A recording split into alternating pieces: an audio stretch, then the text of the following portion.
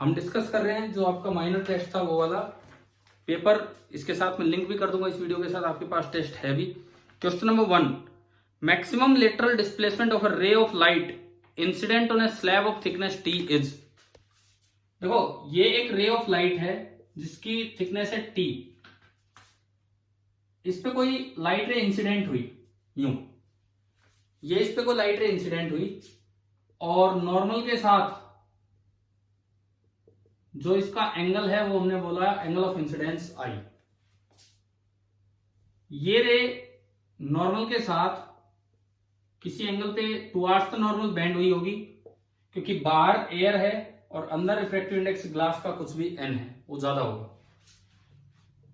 तो ये रे जब यहां पहुंची यहां, तो फिर से एक नॉर्मल आपने बनाया वो इस नॉर्मल के पैरेलल होगा और यहां से ये रे away from the normal bend होगी। और ये रे इस तरह बेंड होती है, हमने पढ़ाया था कि अगर दोनों साइड मीडियम सेम है तो इमर्जेंट रे और इंसिडेंट रे बिल्कुल एक दूसरे के पैरेलल निकलती हैं, हमने ये सीखा था।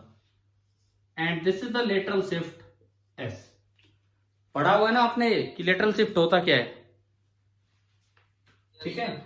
अब देखो इसमें ये अगर एंगल डेल्टा 1 है और ये एंगल R1 है और थिकनेस अगर T है, तो आप बताओ, हमने शिफ्ट का फॉर्मूला देखा हुआ है।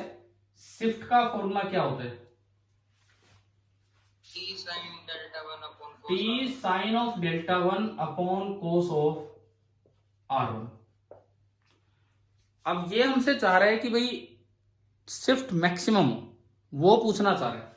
देखो सबसे पहली बात, ये शिफ्ट कई बातों पे डिपेंड कर रहा है। ये इसके रिफ्रैक्टिव इंडेक्स पे भी डिपेंड करेगा, ये आई पे भी डिपेंड करेगा। तो आप इस रे को जितना इधर करोगे, आई जितना बढ़ाओगे, शिफ्ट उतना ही बढ़ता चलेगा। Shift will be maximum, shift will be maximum when I is maximum. जितना आप इस आई को ज्यादा करते चलोगे, शिफ्ट उतना ही ज्यादा होता चलेगा। ये चीज है, shift will be maximum when I is maximum. अच्छा देखो अब सुनो इधर, पहले मैं इसको कन्वर्ट कर दूं आई में और उसके बाद हम ये शिफ्ट वाला एक्सप्रेशन निकालेंगे कि क्या होगा। पहले हम आई में कन्वर्ट करें। कैसे? आप डेविएशन 1 को लिख सकते हैं आई माइनस R1, है ना भाई, ये तो हम जानते हैं ना, यहां से डेविएशन 1 आई माइनस R1। तो जो शिफ्ट आपका बना, shift this is equal to T into sine of i minus R1 upon cos of R1। अब साइन ए माइनस बी का फॉर्मूला मैथमेटिक्स में, ट्रिग्नोमेट्री में होता है sine A cos B minus cos A sine B, ये formula होता है। तो आपने ये अप्लाई किया तो जो शिफ्ट निकल के आया T into sine i cos R1 minus cos i sine R1 divided by cos R1। आप कोस R1 से अलग अलग डिवाइड कर दो तो ऐसा आ गया टी इंटू, पहली टर्म तो बची साइन आई माइनस, भैया टी तो पूरे के साथ मल्टीप्लाइड है, minus t into cos i into sine R1 upon cos R1। आप एक बार ये बताओ क्या यहां तक समझ में आया पहला स्टेप? yes sir ठीक है। अब देखो इसको केवल आई में कन्वर्ट कर लो, आर वेरिएबल हटाओ, R1 हटाओ, तो अब स्नेल्स लॉ लगाओ। अगर मैं यहां स्नेल्स लॉ लगाता हूं तो इक्वेशन बनती है 1 into sine i is equal to n into sine R1। और मेरे पास साइन R1 आ गया, साइन R1 आ गया साइन आई अपॉन n। अब ये बताओ, ये वाला स्टेप आया समझ में? yes ठीक है, लेकिन इसमें तो मुझे कोस R1 भी चाहिए। तो साइन R1 तो है साइन आई अपॉन n, तो इसका मतलब कोस R1 कितना होगा? कोस थीटा होता है under root 1 minus sine square theta, क्योंकि sine square plus cos square कितना होता है? 1। तो आप इसको लिख सकते हैं under root of 1 minus sine square i upon n square, इसका स्क्वायर कर दिया। एलसीएम लोगे तो अंडर रूट के अंदर तो बचा n square minus sine square i और रूट से बाहर आ जाएगा n, रूट से बाहर आ जाएगा n। ठीक है, ये आपने इसमें पुट किया तो जो शिफ्ट आपका चल रहा है shift t into sine i minus t into cos आई और sign R1 upon cos R1 बताओ यहां से कितना है। साइन R1 ये रहा, कोस R1 ये रहा, sign R1 upon cos R1 करोगे तो n से n कटेगा, तो ऊपर बचेगा साइन आई और नीचे बचेगा under root of n square minus sine square i. ये शिफ्ट आ गया। अब अगर मैं इस शिफ्ट को ढंग से लिखूं in terms of angle of incidence, तो ये जो शिफ्ट आ रहा है it is coming out to be t sine i. आप कॉमन ले लो, टी बाहर, साइन आई बाहर, 1 minus cos i upon under root n square minus sine square i. ये हो गया। अब देखो शिफ्ट के साथ जो फैक्टर मल्टीप्लाई हो रहा है टी के साथ सॉरी साइन आई की वैल्यू कहां से कहां चलती है, साइन थीटा की वैल्यू कहां से कहां तक जा सकती है, 0 से और 1, और ये 1 माइनस समथिंग है, so this is also less than और इक्वल टू 1। भाई एक में से कोई चीज आप घटा रहे हो, कोई नंबर आप घटा रहे हो तो 0.2 0.3 यूं ही तो बचेगा, समझ गए हो। तो ये फैक्टर भी लेस देन और इक्वल टू 1, ये फैक्टर भी लेस देन और इक्वल टू 1, इसका मतलब s must be less than और इक्वल टू t। t के साथ दो एक से छोटे फैक्टर मल्टीप्लाई हो रहे हैं तो शिफ्ट ज्यादा से ज्यादा t हो सकता है या फिर t से कम। अच्छा t भी कब होगा, when i is maximum. i maximum कितना हो सकता है, i मैक्सिमम कितना हो सकता है 90 डिग्री। आप इसमें एक बार 90 रख के देखो, यहां रखा 90, साइन 90 कितना 1, कोस 90 कितना 0, तो ये टर्म खत्म, ये 1 तो बताओ s मैक्स कितना आ गया i 90 के लिए t। तो ये था आपका पहला सवाल। कितने बच्चे ये सवाल सही कर पाए पेपर में? Yes sir. क्या तुक्का मारा है क्या कि भाई t हो गया, या किसी तरीके से किया था? सर तुक्का मारा था। तुक्का लग गया, चलो ठीक है। ये इस पेपर का सबसे अच्छा सवाल है। बाकी पेपर आपका आसान है, मैंने अभी डिस्कस किया था दूसरे सेक्शन में भी, तो काफी आसान पेपर है, लेकिन ये पहला सवाल काफी अच्छा था। अच्छा इसको अगर कोई बच्चा डायरेक्ट करना चाहे, इतना इतना ना करे, तो वो देखो आप, तो तरीका भी आप समझिए कि कैसे सीधा भी हो सकता था। जिस तरह की ये शिफ्टिंग है, ये देखो आप इसको जितना इस रे को जितना नॉर्मल से दूर ले जाएंगे ये शिफ्ट उतना ही बढ़ता चलेगा, क्योंकि ये रे दूर होगी वो रे दूर हो जाएगी। तो S will be maximum when I is maximum and I max is equal to 90 degree. तो ये इसको करने का अल्टरनेटिव वे है कि 90 डिग्री पे जब आप इसको डालोगे तो देखो क्या होगा। 90 डिग्री के इंसिडेंट होने का मतलब है नियरली 90। जैसे यहां पे नॉर्मल है तो आप इस रे को नियरली 90, बस नियरली 90 डिग्री पे यूं डाल दीजिए कि ये जो एंगल ऑफ इंसिडेंस है दिस इज नियरली 90 डिग्री। इस समय जो रे बैंड होगी अंदर, प्रिंसिपल ऑफ रिवर्सिबिलिटी हमें कहता है कि ये जो R होगा this will B sine inverse of 1/m। अगर यहां 1 है यहां n है तो भाई आपने TIR पढ़ा है। TIR में आप ये बोलते हैं कि डेंसर टू रेयरर जब रेज आती है, तो 90 डिग्री पे तब निकलती है जब क्रिटिकल एंगल पे इंसिडेंट होती है, और क्रिटिकल एंगल का फॉर्मूला था sine inverse NR upon n denser, है ना, याद है ये चीज? तो वो तो थी डेंसर टू रेयरर, अब उसी को हमने रेयरर टू डेंसर कर दिया, तो प्रिंसिपल ऑफ रिवर्सिबिलिटी लगाए। छोड़ो ये भी किसी काम का नहीं सवाल के लिए। हम ये जानते हैं कि अगर बाहर दोनों साइड मीडियम सेम है तो इंसिडेंट रे और इमर्जेंट रे दोनों एक दूसरे के पैरेलल निकलेंगी, तो ये रे फिर से ऐसे ही निकलेगी। ये दोनों रे पैरेलल निकलनी है जब I 90 डिग्री, और इस वक्त शिफ्ट मैक्सिमम होगा, और इस वक्त जो शिफ्ट है वो इन दोनों की थिकनेस ही, क्योंकि ये रे इसके पैरेलल, ये रे इसके पैरेलल, और दोनों के बीच की दूरी कितनी है t। तो आप यहां से देख के सीधा बोल सकते हैं कि for I equal to 90 degree S is equal to T, तो ये आपका मैक्सिमम होगा। ये 1 मिनट का काम था कि आप डायरेक्ट ये कैसे कर सकते थे। अभी बताओ क्या पहला सवाल आप सभी को क्लियर हो गया इस पेपर का? ठीक है, दूसरा मेथड भी हमें आना, सेकंड मेथड भी हमें आना चाहिए कि हमने किस तरह से यूज किया। अब देखो इसके बाद आगे बढ़ते हैं। अब थोड़ा जल्दी जल्दी क्वेश्चंस होंगे क्योंकि आसान सवाल हैं इसके बाद। अगर आपसे गलती हुई हो इस पेपर में तो पहले क्वेश्चन में ही गलती होने के पूरे चांस है, वही सबसे अच्छा क्वेश्चन है।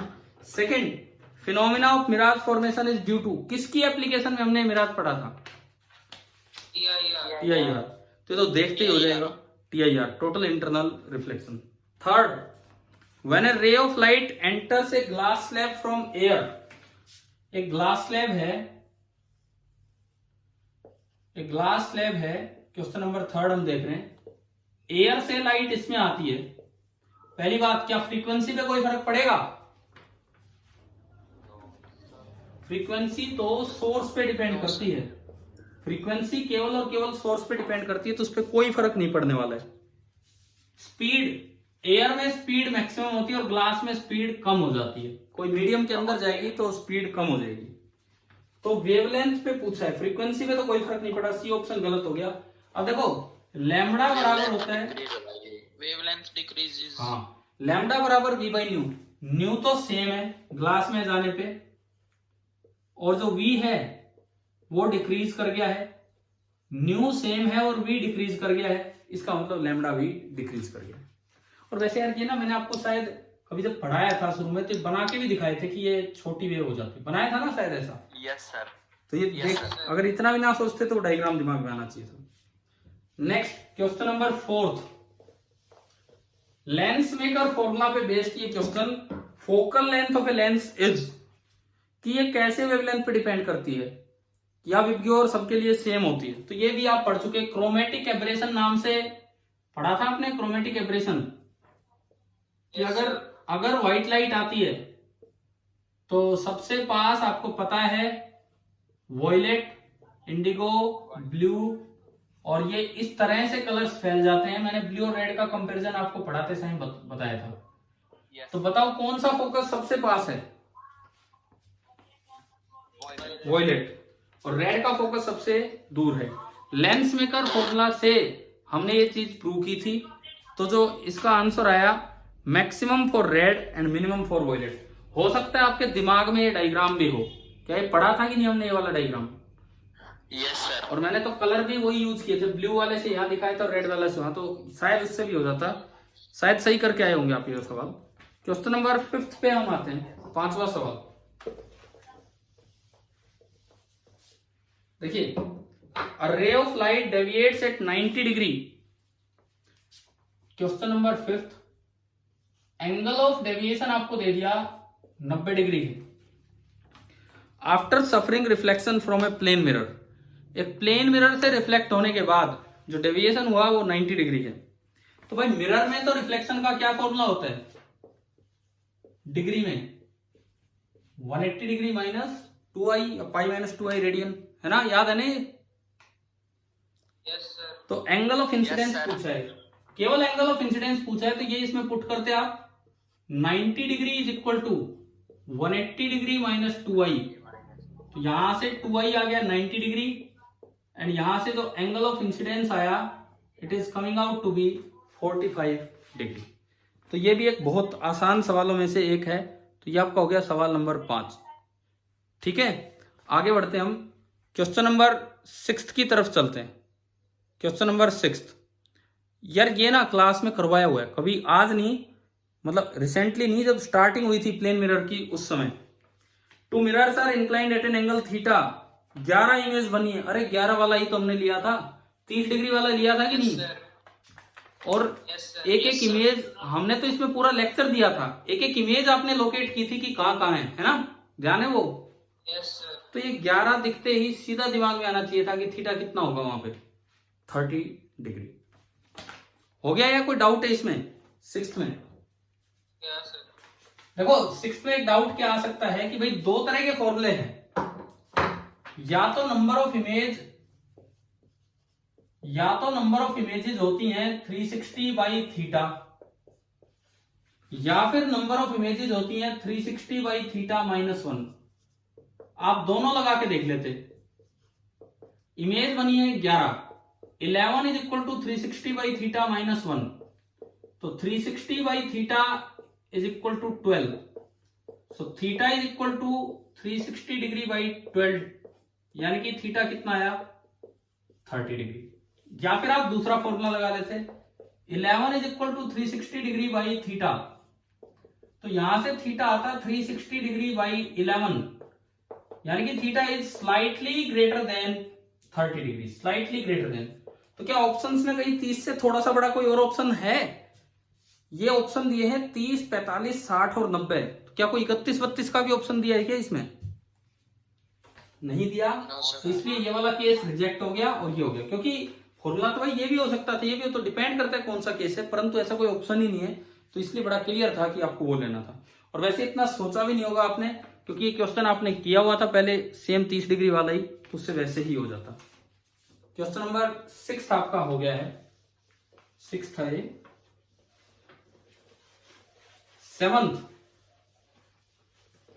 7वां सवाल देखें, combination of to lenses of power plus 2 diopter and plus 0.25 diopter is equivalent to a single lens of power। मैंने आपको ऑप्टिशियन वाला एक पॉइंट पढ़वाया था, मोर टू नो वाला, बुक में से, और क्या दिया गया था कि ऑप्टिशियन फोकल लेंथ की टर्म्स में बात नहीं करते, वो पावर की टर्म्स में बात करते। क्यों? क्योंकि जब कॉम्बिनेशन यूज करना होगा तो फोकल लेंथ में कैलकुलेशन ज्यादा हो जाएगी। 1/f equivalent is equal to 1/f1 plus 1/f2, फिर तो कॉपी पेन लेके बैठे रहेंगे। लेकिन पावर में सीधा है, 2 लेंस फिट किए डायरेक्ट ऐड होगा विद साइन, बताया था ना ये, ठीक है। तो यहाँ पे कोई वैल्यूज दे दी हैं, अब मुझे नहीं पता वो मोर टू नो में यही एग्जांपल है कोई और एग्जांपल है, लेकिन यहाँ इस पेपर में ये वैल्यू दी है। हैं? क्या कह रहे हो? सेम वैल्यू है अच्छा, सेम वैल्यूज है।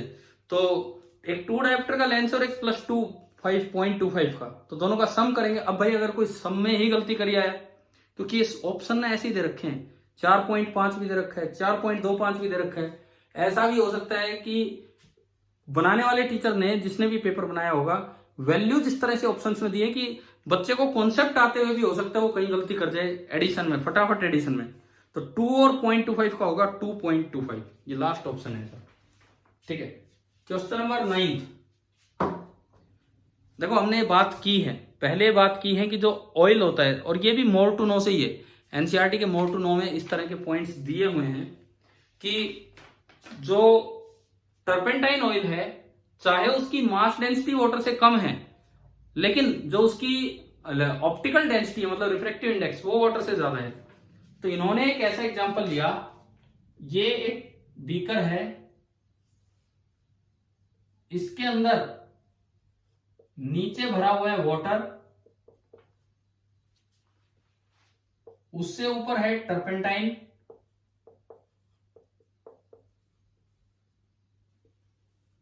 एंड सबसे ऊपर है एयर। इस तरह का काम है। अब ये N1, N2, N3, mass density तो सबसे ज्यादा वाटर की है, लेकिन रिफ्रैक्टिव इंडेक्स टर्पेंटाइन का ज्यादा है। N2 सबसे बड़ा, फिर N3 और फिर N1, ये है। अब इसमें कोई रे ऑफ लाइट आती है तो आपको उसका पाथ जस्टिफाई करना था कौन सा है। मान लो एयर से रे आई, थोड़ा मैं इधर लेता हूं, एयर से रे आई, पहले बताओ एयर से टर्पेंटाइन में आई तो डेंसर मीडियम में जा रही है, तो किधर बेंड होगी? Towards the normal. लेकिन जब टर्पेंटाइन से वाटर में जा रही है तो डेंसर में जा रही है कि रेयर में जा रही है ऑप्टिकली? बताओ। रेयर में, तो ये again away from the normal bend होगी। तो आपको इन रेज में से आइडेंटिफाई करना था, तो रे नंबर 2 जो है वो बिल्कुल ऐसी ही दिखा रखी है। किया होगा ना आपने ढंग से क्वेश्चन। और ये जानकारी भी आपके मोर टू नो वाले पॉइंट्स में दी गई है कि कुछ ऐसी चीजें हैं जिनकी मास डेंसिटी ज्यादा होने के बावजूद रिफ्रैक्टिव इंडेक्स कम है, जैसे वाटर। 9th क्वेश्चन नंबर 9 पे आते हैं। अब हम इसको देखते हैं। ये भी एक बड़ा आसान सवाल है, शायद देखते ही आपने कर दिया हो। A point object is placed at a distance of 30 cm from a concave mirror। ये कॉनकेव मिरर है, इसका रेडियस ऑफ कर्वेचर है 60 सेंटीमीटर, तो फोकस कितनी दूर होगा? 30। और जो ऑब्जेक्ट रखा है वो भी 30 सेंटीमीटर पे रखा है। तो भाई अगर फोकस पे ऑब्जेक्ट हो, सेकंड फोकस होता है, सेकंड फोकस पे अगर ऑब्जेक्ट हो तो इमेज कहां बनती है जाके? इंफिनिटी पे, ठीक है ना। तो इसका अगर आप रे डायग्राम पूरा करें तो ऐसा बनेगा। क्या ये देखते ही हो गया था ये वाला सवाल? Yes sir. क्या आपने एक बात पे ध्यान दिया था कि इसमें मिरर कौन सा है या नहीं? देखा था सर। देखो ऐसा है, ये सवाल थोड़ा अच्छा होता, ये सवाल थोड़ा अच्छा होता अगर कॉनकेव की बजाय यहाँ कॉन्वेक्स मिरर होता तो, क्योंकि आधे बच्चे तब भी देखते इन्फिनिटी टिक कर जाते जबकि उसमें इन्फिनिटी नहीं होता। अगर ये कॉन्वेक्स मिरर होता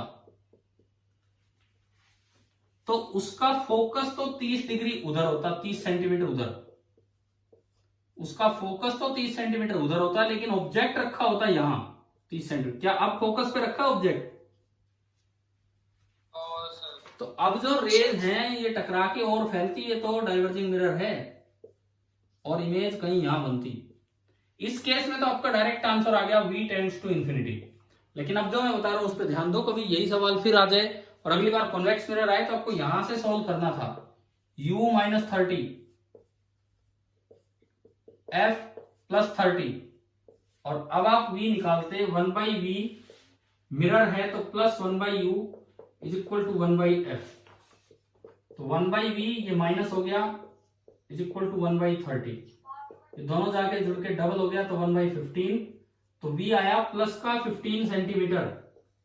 तो जो इमेज बनी वो यहां बनती और मिरर से कितनी दूर? 15 सेंटीमीटर दूर। तो आगे से ध्यान रखना है, सेम सवाल कभी फिर आ जाए थोड़ा सा चेंज करके, ठीक है।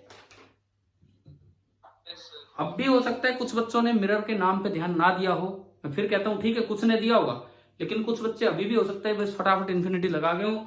अगर दूसरा सवाल आता तब भी वो इन्फिनिटी लगाते जबकि इसका आंसर 15 सेंटीमीटर होता। चलिए आगे बढ़ते हैं सवाल नंबर 10 पे। 10th भी एक रिफ्लेक्शन पे एक अच्छा सवाल है। देखिए क्वेश्चन नंबर 10th,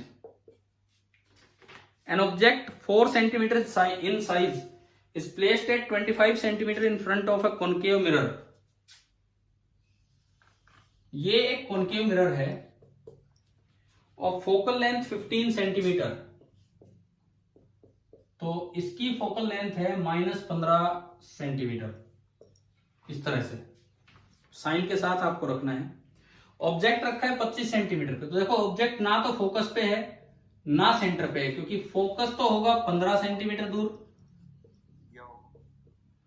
और जो सेंटर है वो 30 सेंटीमीटर दूर, और ऑब्जेक्ट 25 पे रखा है इनके बीच में कहीं, और ऑब्जेक्ट का जो साइज है दैट इज 4 सेंटीमीटर। तो इमेज के बारे में पूछा है क्या साइज होगा और इन्वर्टेड होगी रेक्ट होगी। आप बताओ आपने कैसे किया ये सवाल?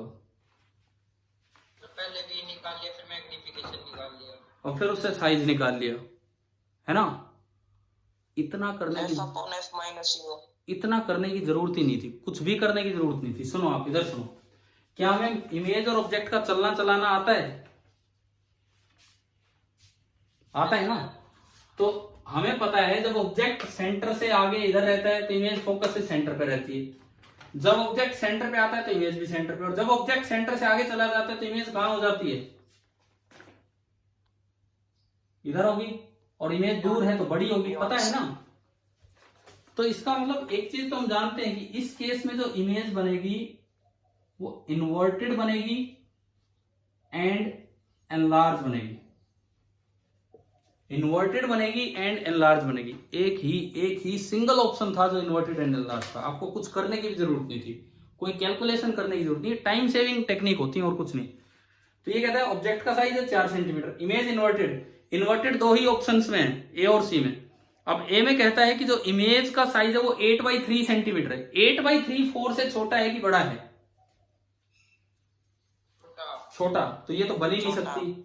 दूसरा एक और जो ऑप्शन डी है वो कहता है 6 सेंटीमीटर साइज होगा और इन्वर्टेड ना, सी ऑप्शन कहता है 6 सेंटीमीटर 4 से बड़ा है कि छोटा है? बड़ा है तो ये आपका आ जाएगा। तो डायरेक्ट आपका आंसर है सी, मतलब बिना किसी कैलकुलेशन के। अच्छा, अगर कोई बच्चा कैलकुलेशन ही करता तो u है -25, इधर है -25, आप चाहो तो v निकाल लो, f है -15, 1/v plus 1/u is equal to 1/f। यहां से अगर आप देखते हैं तो 1/v is equal to 1/25 minus 1/15, तो 1/v is equal to LCM आया 75, 3 - 5 -2/75, तो आपका v आ गया -75/2। अब आप मैग्निफिकेशन निकाल लो, u ये रहा, v ये रहा। मिरर में मैग्निफिकेशन होता है -v/u, minus of v -75/2 divided by u -25, 1 - 1 minus गया, 25 3, तो ये आ गया -3/2। माइनस आने का तो मतलब है कि इन्वर्टेड इमेज, और 3/2 टाइम्स बड़ी, तो जो हाइट ऑफ इमेज होगी this will be equal to 3/2 times height of object, 4 centimetre. तो आपके पास एग्जैक्टली आ गया 6 सेंटीमीटर होगा और inverted.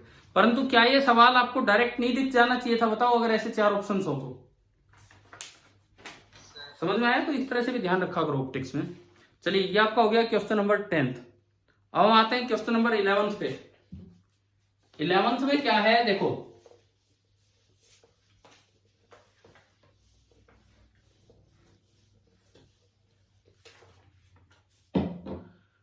the refractive indices of glass and water are 1.5 and 4/3 respectively।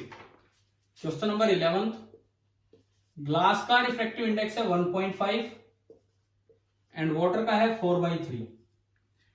Speed of light in glass is 2 × 10⁸ metre per second. Speed of light in glass ये है। आपसे पूछा है speed of light in water, फिर उस glass का कोई role ही नहीं। रिफ्रैक्टिव इंडेक्स होता है c/v, तो speed of light in water हो जाएगा c/ रिफ्रैक्टिव इंडेक्स। c होता है 3 × 10⁸ और रिफ्रैक्टिव इंडेक्स है 4/3, तो यह आया 9/4 × 10⁸। 9/4 मतलब 2.25, यही आ रहा है क्या? Yes sir. ठीक है, तो 11th का आपका आंसर आ गया डी। आ गया कि नहीं आया समझ में, बताओ। ठीक है, आसान सवाल था, केवल रिफ्रैक्टिव इंडेक्स की डेफिनेशन पे बेस्ड था। Question number 12, which of the following diagram. अब देखो यहां थोड़ा सा बचाव हो गया, हमने अभी प्रिज्म नहीं पढ़ा था, हमारा प्रिज्म टॉपिक फिर भी बचा हुआ था। हाँ, मैंने उसका डिस्पर्जन का डायग्राम और ये सब चीजें आपको बताई थी। रिफ्रैक्शन थ्रू प्रिज्म अभी डिटेल में चलेगा, अभी चलेगा अगली क्लास से। तो यार ये ही तो हमने सीखा था। आप एनसीईआरटी का डायग्राम देखते, उसमें भी यही सिखाया है। हमने देखा था कि कौन सा कलर ज्यादा बैंड होता है और कौन सा कलर कम बैंड होता है, इसकी बात की थी। ये white light I towards the normal colour band होंगे, लेकिन वॉयलेट ज्यादा बैंड होगा और रेड थोड़ा कम बैंड होगा। तो बाहर निकलेंगे जब रेड ऊपर निकलेगा और वॉयलेट नीचे निकलेगा। तो आपको जस्ट डायग्राम पहचानना था, और एनसीईआरटी के अगले चैप्टर में डायग्राम भी दिए हैं। तो बताइए कि आपको ये सवाल आ गया था समझ में, कैसे करना है? Yes sir. तो 12th का आंसर आ गया सी। ये तो जिस तरह के आपको 4 ऑप्शंस दिए हैं, इसमें आपका आंसर आया सी। अब आता है आखिरी सवाल, question number 13। To obtain a parallel reflected beam from a torch. देखो टॉर्च में पीछे एक रिफ्लेक्टर लगा होता है, जैसे ये टॉर्च की आगे वाली लाइट है, यहां ग्लास है, एक सिंपल ग्लास है जहां से लाइट बाहर निकलनी है, और यहां एक बल्ब है, ये एक बल्ब है टॉर्च के अंदर। तो ये बल्ब इस तरह फिट रहता है टॉर्च के अंदर कि ये रिफ्लेक्टर है, और ये रिफ्लेक्टर कॉनकेव शेप का होता है, और बल्ब रखा होता है उसके फोकस पे। बल्ब रखा होता है उसके फोकस पे, कारण बल्ब से जो रे आगे गई वो गई, लेकिन जो रे पीछे जाएंगी वो रिफ्लेक्ट होके पैरेलल बीम बन के आगे निकलेंगी। समझ में आया?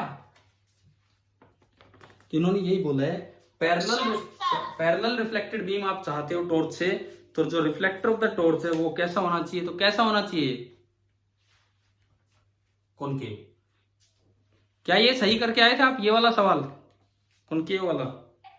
Yes sir. ठीक है, ऐसा सेम क्वेश्चन ना, सेम क्वेश्चन एक बच्चे ने डाउट भेजा था, बिल्कुल सेम क्वेश्चन। मैंने उसको तो बता दिया था कि रिफ्लेक्टर ऐसा होता है, बट ठीक है, अब आपके पेपर में भी आ गए।